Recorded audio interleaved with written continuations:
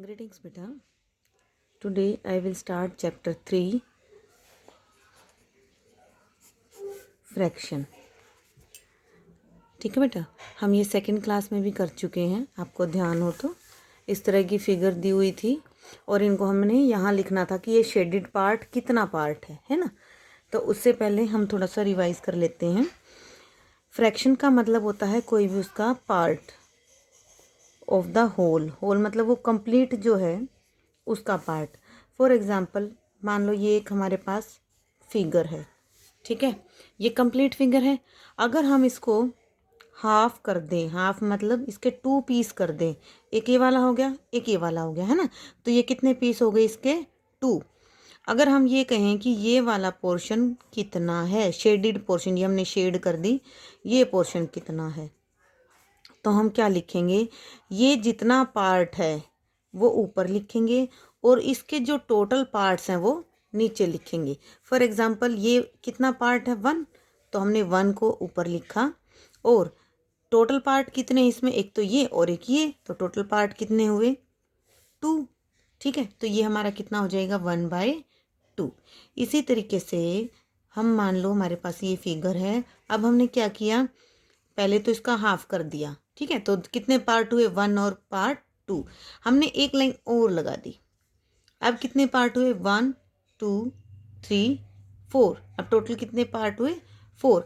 तो अब अगर हमें इस एक बॉक्स का निकालना हो, ये जो शेडेड पार्ट है इसका निकालना हो, तो क्या होगा? कितने पर पोर्शन में डार्क है? 1 में, तो 1 ऊपर लिख देंगे। और टोटल कितने पार्ट हैं? 1 2 3 4। जो टोटल पार्ट हैं वो नीचे लिख देंगे। ठीक है बेटा, तो इस तरीके से हमें इसका पोर्शन निकालना होता है। अब जैसे ये क्वेश्चन आपको दे रखे हैं, तो देखो ये सर्कल है, ठीक है। सर्कल का आपने पहले हाफ किया, फिर एक और लाइन बनाई, तो इसमें कितने पार्ट हो गए बेटा? 1 2 3 4 पार्ट टोटल हो गए। लेकिन शेडेड कितने में है? 1 और 2 में। ठीक है, तो जो शेडेड वाला पोर्शन होता है उसको हम कहाँ लिखेंगे? ऊपर। और जो टोटल पार्ट है उसको हम कहाँ लिखेंगे? नीचे। तो हम ऊपर शेडेड वाला पार्ट है 2 और टोटल कितने पार्ट हैं? 4, ऐसे। तो इसको हम क्या लिख देंगे? 2/4। ठीक है बेटा, इसी तरीके से आपने इन सब के में लिखने हैं। जैसे ये वाला भी है 1 2 3 4 5, टोटल कितने हैं? 5। और शेडेड कितना है? 1 और 2। तो शेडेड 2 ऊपर और टोटल 5 नीचे। इस तरीके से आपने करने, ठीक है बेटा।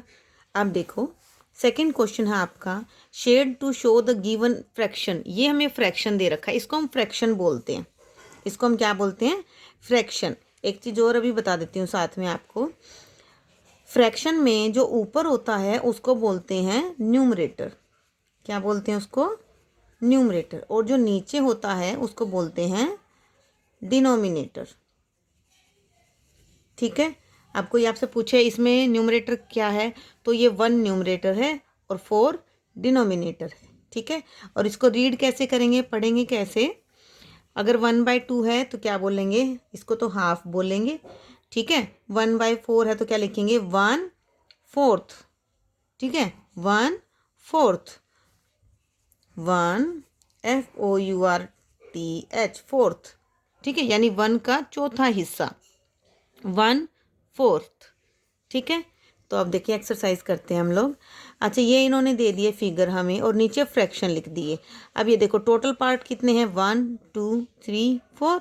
ये देखो यहाँ पे 4 है और ऊपर क्या है? 1।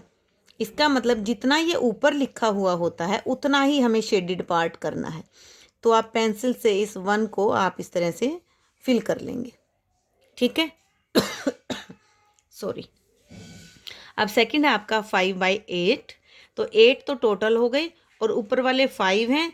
तो आपको ये जो जितने भी आपके बॉक्स बने हुए हैं, कॉलम बने हुए हैं, ये जितने भी आपके पीस बने हुए हैं, इनमें 5 पीसेस को आप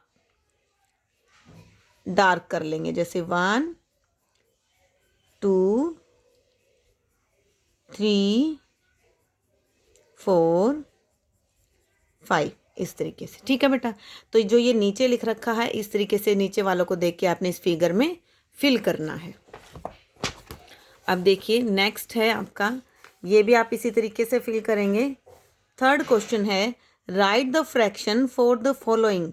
ये जो दे रखा है आपको, इसको फ्रैक्शन में लिखना है। जैसे 1/5, अभी मैंने आपको इसको बताया था ना कि लिखते कैसे हैं, 1/4। तो जो पहले लिखा होता है उसको हम ऊपर लिखेंगे और ये जो बाद वाला है उसको हम नीचे लिखेंगे। यानी कि ये आपका न्यूमरेटर हो गया और ये आपका डिनोमिनेटर हो गया।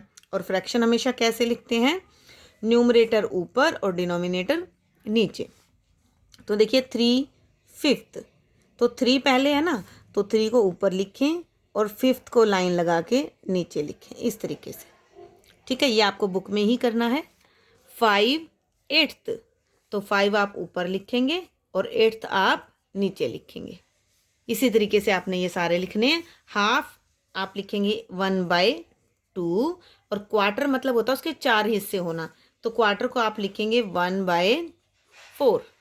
ठीक है बेटा, इस तरीके से करना है। अब नेक्स्ट क्वेश्चन है हमारा,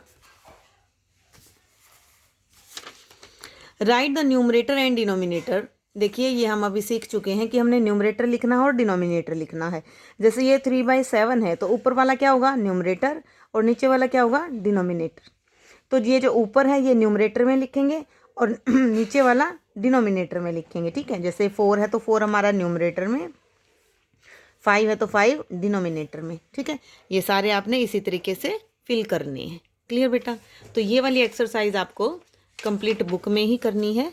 एक छोटा सा क्वेश्चन और रह गया है लास्ट आपका, given the numerator and denominator right the fraction. आपको न्यूमरेटर डिनोमिनेटर दे रखे हैं, आपने फ्रैक्शन लिखना है। अभी हमने बताया फ्रैक्शन किस फॉर्म में होता है बेटा, न्यूमरेटर ऊपर और डिनोमिनेटर नीचे। तो अभी देखो न्यूमरेटर कितना दिया, 3, तो 3 को हम ऊपर लिखेंगे और डिनोमिनेटर दिया 5, तो 5 को हम नीचे लिखेंगे। इसको हम यहाँ पर इसकी फ्रैक्शन बना देंगे ऐसे। ठीक है, इसी तरीके से आपने ये तीनों भी करने हैं। ओके बेटा, तो ये कंप्लीट एक्सरसाइज है आपकी 3.1 जो आपको अपनी बुक में करनी है।